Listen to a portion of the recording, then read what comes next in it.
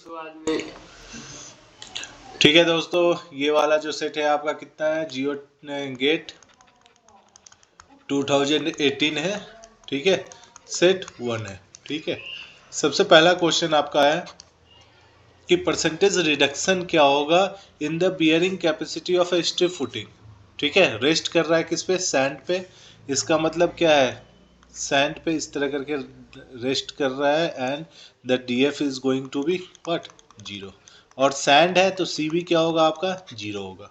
ठीक है, under flood condition water level at the base of the footing, मतलब क्या था कि वाटर लेवल अभी क्या है, यहाँ पे है। ठीक है, when compare to the situation where the water level is at a depth much greater than the width of the footing is approximately. ठीक है, तो देखें तो ये केस हमारा 2 है जिसमें वाटर लेवल कहाँ है, बेस ऑफ द फुटिंग पे है।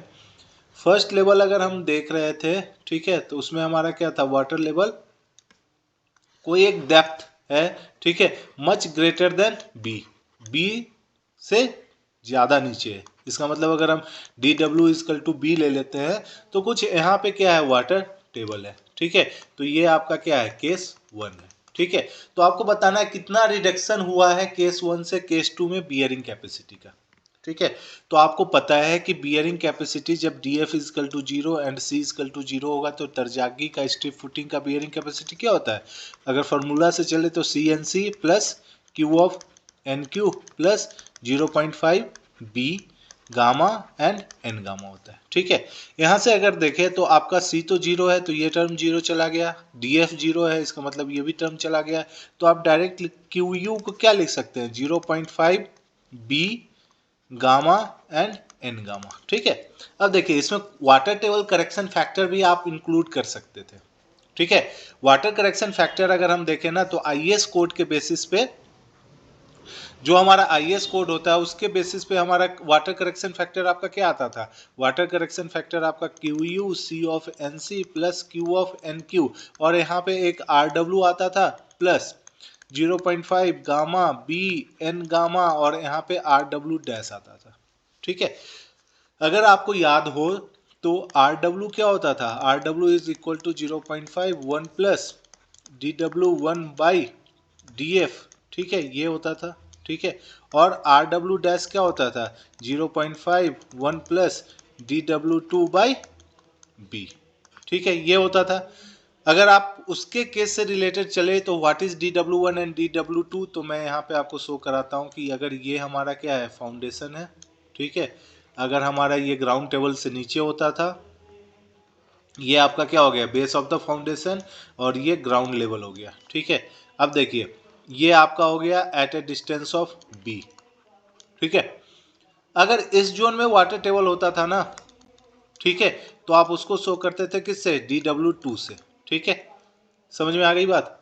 अगर आपका इस जोन में वाटर होता था ना, इस जोन में वाटर होता था तो ये वाला जो डिस्टेंस होता था वो आपका क्या होता था, डी डब्ल्यू 1। ठीक है, so this is D F. ठीक है, टोटल डेप्थ डी एफ, और ये डी डब्ल्यू 1, ये डी डब्ल्यू 2 एंड बी। ठीक है, तो यहाँ पे अगर देखें तो यहाँ पे पहले ही ये 0 हो चुका है, ये भी अपना 0 हो चुका है। ठीक है, तो केवल हमारे पास यही एक टर्म बचा हुआ है, आर डब्ल्यू डैश। ठीक है, और आर डब्ल्यू डैश अगर देखें तो this is 0.5 1 plus D W 2 by B है। ठीक है, तो केस फर्स्ट में हम क्यू यू निकालते हैं कि what will be the value of Q U for case 1। ठीक है, तो केस 1 में सबसे पहले हमें आर डब्ल्यू डैश निकालना पड़ेगा, तो आर डब्ल्यू डैश केस 2 के लिए क्या हो जाएगा, 0.1 प्लस डी डब्ल्यू 2 क्या है, बी के ही बराबर है तो बी बाई बी। ठीक है, so this comes out to be 1, ये वैल्यू 1 आ गया।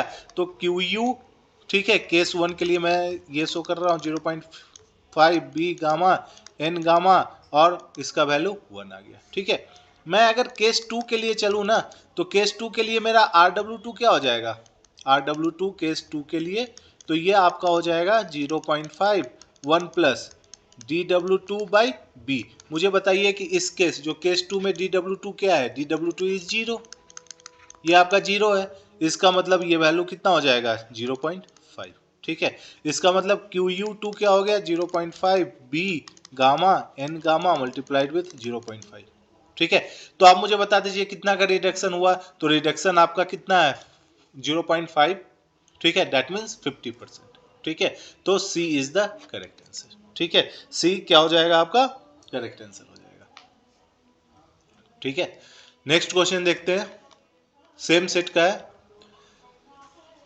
ये बोलता है the width of the square footing is equal to the diameter of the circular footing, मतलब width of the square footing, ठीक है, ये मैं बी से डिनोट कर रहा हूं, ये किसके बराबर हो गया, diameter of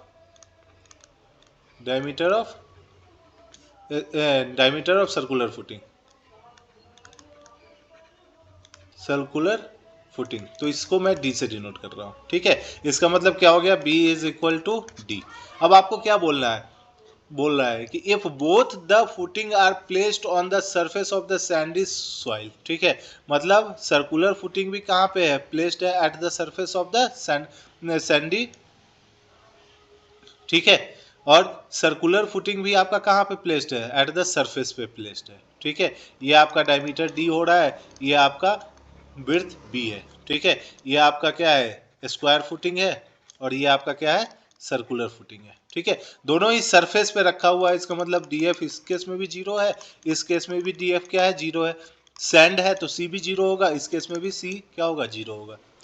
What will be the ratio of the ultimate bearing capacity of circular footing to the square footing, ठीक है। तो what will be the QU, इस केस में QU क्या हो जाएगा, तो देखिए C of NC आप निकालते थे, पहले मुझे बताइए सर्कुलर फुटिंग में क्या होता था, QU, तो ये आपका होता था 1.3 C of NC plus Q of NQ plus 0.3, ठीक है। उसके बाद बी नहीं डी, ठीक है, diameter gamma into N gamma होता है, ठीक है। तो सी जीरो है तो ये टर्म जीरो हो गया, डी एफ जीरो है तो ये टर्म जीरो चला गया, तो ये वैल्यू कितना आ गया, 0.3 D gamma N gamma. Square footing के केस में क्यू यू क्या होता था, वो भी आपका 1.3 C of N C Q of N Q plus 0.4 B gamma of N gamma होता है, ठीक है। तो इस केस में भी सी जीरो है तो जीरो हो गया, ये term Q D F zero है तो ये जीरो हो गया, तो क्यू यू क्या हो गया, 0.4 बी गामा एन गामा, ठीक है।